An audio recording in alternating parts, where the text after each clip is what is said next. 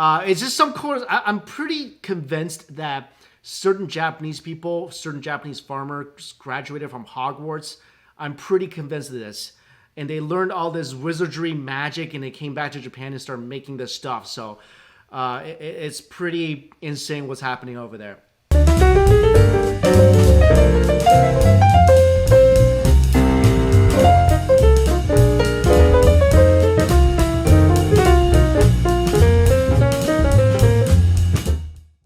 Hello everyone and welcome to GQ India's Food and Drink Festival 2020. This is our first ever virtual event and so it's going to be special. Over the next couple of days we will witness superstar chefs, inspiring brands, creative mavericks and industry titans. We will also be traveling across the world, from the back alleys of Los Angeles to the forests of Copenhagen, from Delhi to Dubai to Mumbai. It's going to be a celebration of all things food and drink, so sit back and enjoy the show. My guest today is someone I'm hugely excited to introduce. He's a YouTube superstar and the man behind Strictly Dumpling, which has 4 million followers who simply love to watch him eat. He's a huge fan of Indian food and is joining us from New York for this special session themed Around the World with Mikey Chen. Welcome to the program, Mike. Thank you so much for having me. My pleasure. I want to ask you a little bit about yourself during this, 7-8 month period. How many videos have you produced? How has it changed? And how have you pivoted your content strategy? I'll tell you what it was. I remember this, and it's not just because it was delicious, which it was. So I remember one of the first videos I filmed when I mustered enough courage to go outside in Seattle. I did a dumpling tour. I was like, you know what? I'm just going to eat dumplings today. I miss dumplings. I want to go eat dumplings today. So I went on a dumpling tour and I went to this place. It's called Northern Dumpling in Kirkland, Washington. It was about 15 minutes from my house. And I went there and I got the dumplings and I put it in my mouth and I was shook. My taste buds was on fire. I don't know if this is because I've been eating, frozen food for a long time, but it was amazing. And it was one of the best dumplings I had in the Seattle area. I think it is to this day the best dumpling I had in the Seattle area. So deliciously juicy. But what makes that meal really, really fantastic for me was that after the video posted, the owner of the restaurant wrote to me and he said my restaurant was about to close. And my wife was having a baby, and we didn't know what to do. No one was coming to eat at the restaurant because it wasn't well known enough, and nobody was coming. So after the video posted, they got a flood of business, and now they're able to keep their restaurant and be able to provide for their baby that's on the way. And to me, it was such a important and vital information that I got to also help me kind of motivate me to keep doing what I'm doing, because to me, yeah, a lot of times I go and film it and to me it's just a video, it's just a yummy food or whatever, but it means so much publicity to some of these owners who are really struggling. It means changing their livelihood. It means not losing what's able to feed their family, not losing their source of income to feed their family. So after that, it kind of just solidified, for me that I really need to get out there more and to feature more small businesses. But that was the best meal I've had, both I feel like in taste, because I love dumplings, and also it's just what it did, the impact it had. That's really beautiful, Mike. And that is real impact. So continue doing what you're doing. It's fantastic. Given the amount of travel that you've done, though, what, according to you, is the greatest food city in the world? Oh my gosh, that is tough. I've been in New York for close to 20 years. I love the food scene in New York. If I had to choose one, oh, that is so tough. I would say at the top, at least tied, will have to be Tokyo. I love Tokyo. I go back so often because I feel like I think Anthony Bourdain said this in one of his shows. Like you go to like a tall building in Tokyo where it's filled with restaurants, and you eat at a different place every single day for the rest of the year, and you would not have the same dish twice. It's got so many places. And what I love about Japanese food is the ingenuity behind it, because I don't think anywhere else in the world I would ever pay $150 for a melon, but I would gladly do that in Japan, like a melon. And by the way, if you're cutting open a $150 melon, do it over a plastic or some bowl, because that juice flowing out, that will hurt you. But just be able to go to a city where it has pretty much everything. And what's crazy, last time I went, was that the best pizza in the world, according to a lot of people, is in Japan. The best burgers, according to a lot of people, in Japan. It's not even just Japanese food. It's like they're doing so many other cuisines so well. That's why I love it. I feel like I could just eat forever. And each meal will be different and unique. And it just goes on like for eternity, I feel like. And that would be Tokyo. Love New York too. I can't, in my hometown, I love it. It's such a great city. But if I had to choose one, it would be Tokyo. Those melons are from Hokkaido or from Tokyo? The melons are, Hokkaido is very famous for melons. But yeah, that's a place that has the $150, or $150 is even cheap for melons over there. It's like some melons can go up to $500. Some grapes there can go up to $3,000. I never had that. What is that, like a $500 per grape or something crazy ridiculous? But I had the cheaper grape. By cheaper, I mean like $30 grapes that taste like cotton candy. It's just some course. I'm pretty convinced that certain Japanese people, certain Japanese farmers graduated from Hogwarts. I'm pretty convinced of this. And they learned all this wizardry magic, and they came back to Japan and started making this stuff. So it's pretty insane what's happening over there. I want to talk to you about India a little bit. You were here a couple of years ago. What were some of the food experiences that that stand out for you? Well, I remember the first meal I had in India. I remember getting off the plane, and this is such a incredible experience. We get off the plane, we go to our Airbnb, and we get 1 hour of sleep. I remember sleeping for 1 hour, and then waking up because we're like, let's get to eating, let's go. And we went to this. We had a local friend take us to a place in Mumbai it was a place serving, I think it's called Pav Bhaji. Yep. Pav Bhaji. Yeah. Holy cow! I mean, it looked very intimidating. I gotta tell you, because the gentleman is just crushing the vegetables together, right? That's not the intimidating part. The intimidating part was just the slabs of ghee that he's just throwing onto the big giant cooker. And then I sit down and I'm getting this vegetable. I didn't know what it was at that point. I'm like, okay, I'm not really sure what he's grounding in there. And then getting the bread, and then having sticks of butter being on the side of, like, stick of ghee being on the side of the bread. It was just so much. I'm just like, am I gonna die after eating this? I don't know. Like, this seems so intimidatingly beautiful. Like, I wasn't, intimidated in terms of fear. I was intimidated in terms of, like, just pure excitement. I'm like, well, are you kidding me? This is like, really? This is so much. All right, let's do this. So put it in my mouth. Transformative. I'm sitting there just stuffing my face with this ghee-soaked bun in this, like, just mush of vegetables. That's when I was like, I remember saying that. I was like, I could be vegetarian here. I could be. And that went against pretty much everything I believed in about, being a vegetarian. I would never have uttered those words, but just eating that first meal was just such a transformative experience. I still remember it. I wish we have it here. We don't. But and then pretty much everything I've had in India, pretty much everything was just through the roof amazing. Now my mouth's watering. Now it's like, 10 o'clock at night. I'm hungry, so look what you made me do. So I mean, you traveled around as well. What about your favorite food city in India?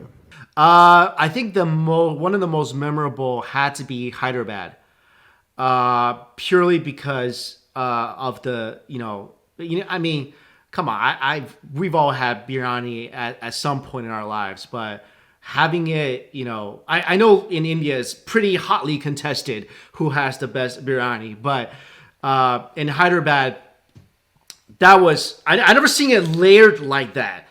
It was like when I was eating it, it was like I was turning into a food archaeologist. I was digging into the pile of rice and discovering new layers each time I'm digging in. And just that was something so surprising to me because here, like, you get biryani, it's usually just, you get the rice and you never see how it's kind of made.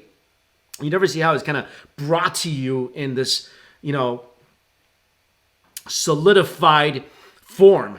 And you have to kind of dig into the multiple layers of it. Here it just comes mixed, which is no fun. That's no fun. So, but just eating that. And also, I got to tell you, best dosa I've ever had in my life was in Hyderabad. I woke up 3 a.m. It was a dangerous. I'm telling you, it was a dangerous experience for me. I almost got in some trouble. It's 3 o'clock in the morning. I woke up to go eat at this tiny dosa place in the middle of I don't know where I was, but it was and to also discover that Indians spices that utilize kind of like similar spices as Sichuan is the nummy and spicy spices that's also utilized in a lot of Indian cooking. So it tasted like a fusion of Indian and Sichuan food combined. Mind-blowing. Given the fact that you've been to so many restaurants, are an integral part of the business, what are some of the key things that you see changing in a post-pandemic world? I see a lot of focus and switches to deliveries and to takeout. A lot of restaurants are going online, shipping their foods instead of just relying on people having to dine in to the restaurants, which I think is a smart move. I mean, who's to say something like this won't ever happen again in the future? I think we all learn our lessons. I mean, I'm opening a restaurant too. Like we're all trying to focus on the fact that, okay, we have to make food accessible now. That's just a smart thing to do. We have to be able to bring food to people. We have to do it in a way that's very sanitary. We have to do it in a way that's very convenient. And we have to do it in a way that preserves the integrity of the food. So I think that's where a lot of the food trends are going to go in the next few years. Is it's not just going to be about the restaurant, but how can we get our food deliverable? How can we even reach people maybe not in the same city as us, maybe across the country, maybe across the globe? We have to think like this, just in case something like this happened again. We cannot have this sort of devastation and be at the mercy of it, and the food industry being at the mercy of it ever again. This was too devastating. Yeah, it sounds exactly what's happening everywhere. Restaurants are shuttering, but they're sort of reinventing themselves, and there's a whole new set of business models that are going to be opportunities for the future. So 100%. Yeah, so it's exciting in a sort of strange way as well. And we know that globally, diversity, inclusion, these are fairly large themes across the world, and you've always championed regional cuisine. Do you see that as one of the big trends? I see what I see is that there's new things. Like, for example, I'll take New York, for example. I think about 10 years ago is when I'm going to use Chinese food because I know that the best. Sichuan food came in. Sichuan was the spicy and nummy food. It came in. And then I saw every couple of years a new region from China start moving in, and like the city started to embrace it. Like a couple of years ago, I think it was jianbing, like a popular street food from China, and I saw Filipino food started coming in.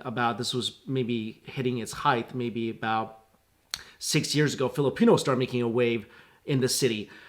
I think this is a really good opportunity, because we are having these conversations about unity and about diversity and trying to embrace more. Like, I think, Hollywood's trying to do it more. I think everywhere is trying to do it more. To me, the biggest reason for doing this is I always feel like the best way to explore any culture is taking a bite out of it. It really is. Because I feel like, I don't know, something about food just changes us. Like when we want to have a good conversation, we want to, have a very comfortable, in a very comfortable setting. People usually want to go to a restaurant. We want to talk over food. Nobody wants to talk when they're hangry. Nobody wants that. This is a great opportunity to learn about other parts of the world just by eating its cuisine. I mean, I feel like, I don't know if this is science or not, I'm making this up, but I think for me personally, I remember a flavor of something and that impacts my memory more than anything else. Like I'll forget my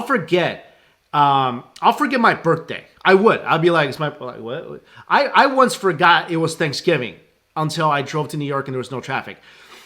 I could never forget, for example, the dosa I had in Hyderabad or my first time eating Japanese A5 Wagyu in Japan. I never forget those things.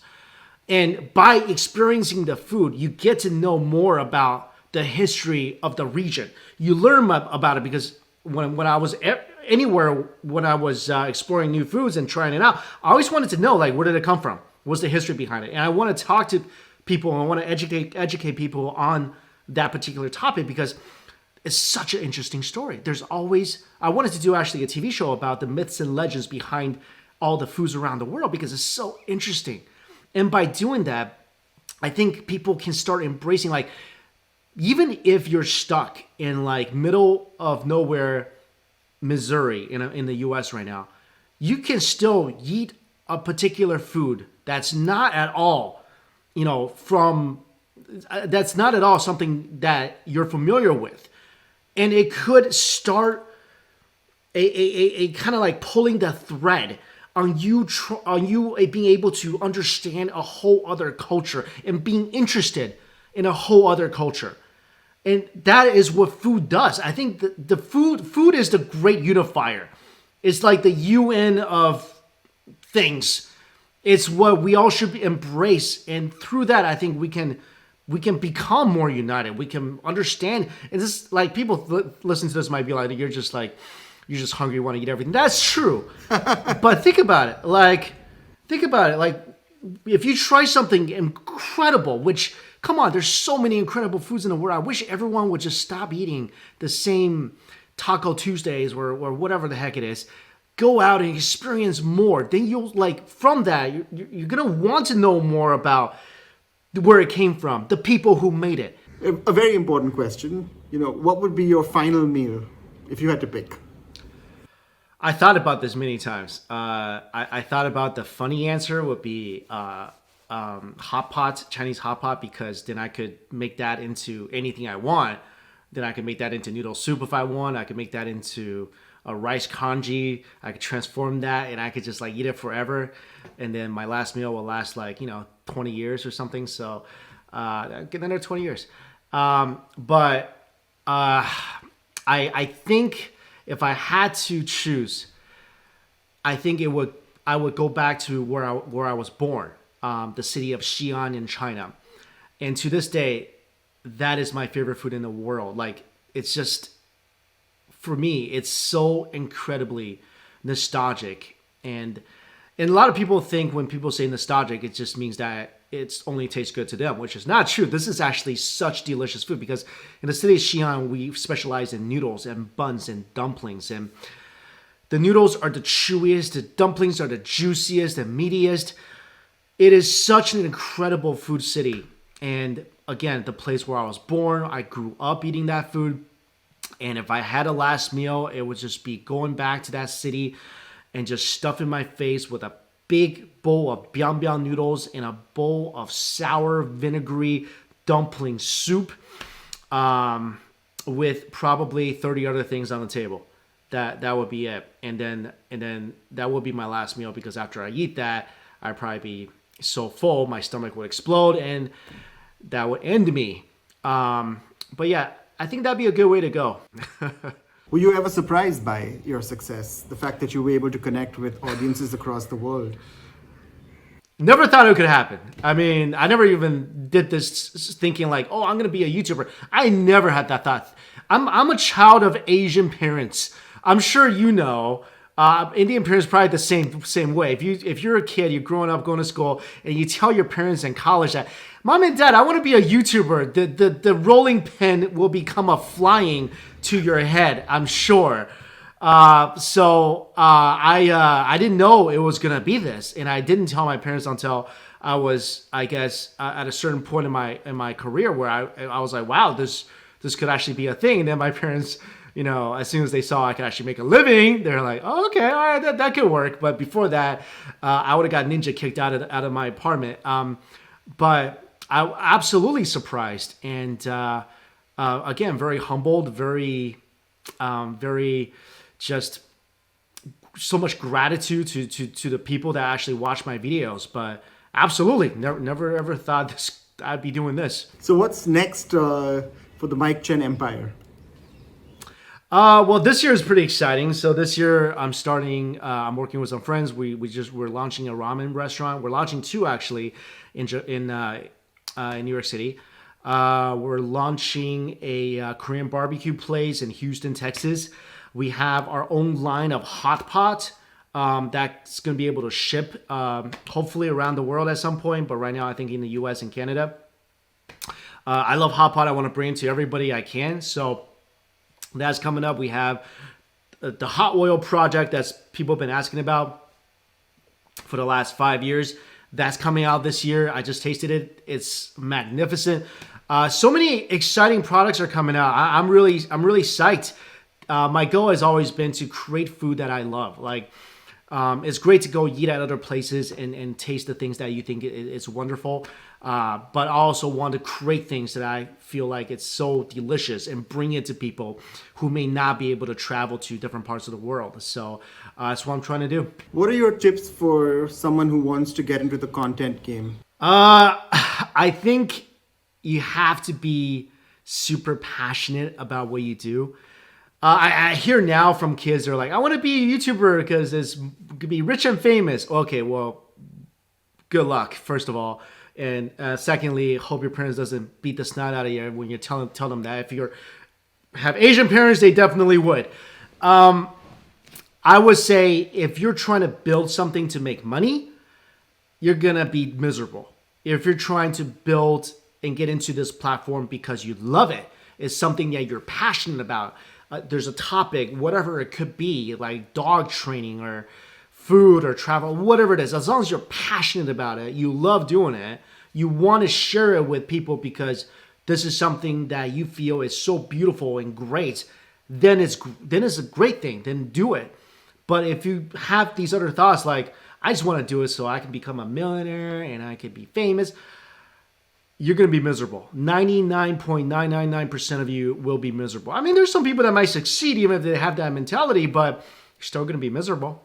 So if you're not doing it because you love it, don't do it.